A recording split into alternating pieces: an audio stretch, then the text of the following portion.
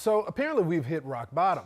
A woke public defender in San Francisco is pushing back on a new proposal that would deport illegal immigrants in the city who were convicted of selling fentanyl. Now, despite San Francisco's harsh fall from grace, Peter Calloway thinks that these dealers should be allowed to stay put and continue to poison our kids. Joining me now, former DEA Special Operations Director Derek Maltz. So, you know, we have this problem in the country. We know that we have Americans that are selling these drugs, right? But now we have illegals that are taking advantage. They disrespect the country by crossing the border. And then they sell drugs that are directly killing the Americans.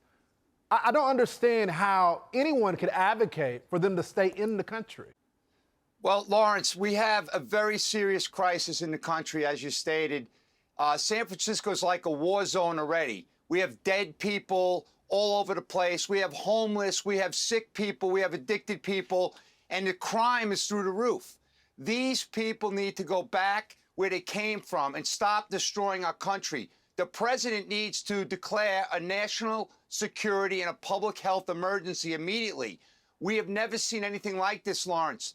This is a poisoning of America, and China is working directly with the cartels, and these illegals need to be sent back home. You know, Derek, I don't have to retell the story. You do that all the time. We talk about these families, the heartbreaking stories. They don't care if you're rich or poor. Everyone is being impacted by this. What do you think would be the influence to keep that drug dealer here when they don't even belong in the country?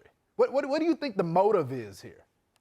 Lawrence, you know what? I can't even answer that question. The guy's delusional, obviously. I think he's taking drugs, obviously. Something's wrong with his brain. Everyone in America should be outraged on what's going on. I'll give you an example. I testified this week at Congress, and one of the congressmen had the nerve to talk to me about Pablo Escobar. Pablo Escobar died 30 years ago, and this guy's talking to me. That's because they don't know what's going on. They're not paying attention to what's going on to America. Yeah, now that you bring that up, because I saw some of your testimony, did you think those guys care about the American people? Those guys that are sitting in suits, the men and women in suits that are sitting there? Because I haven't seen any action from Congress on this issue.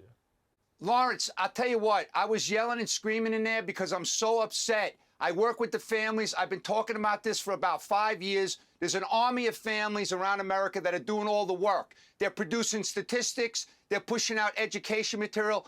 I asked the president once again, can you get some athletes, celebrities, and role models into the White House, and let's start educating the kids? Because I don't know what they're doing. The Department of Education is sleeping. CDC can't even produce accurate stats, and the families are suffering. So it's a disgrace. And by the way, when I was talking to that Congress, many of the Democrats left the room. Yeah. They didn't even want to hear what I had to say. That was disgusting. Yeah. And there were parents testifying as well. So not just insulting you, Yes. someone that dedicated his life to this country, but the parents as well. Just unbelievable. Thanks so much for joining us, sir.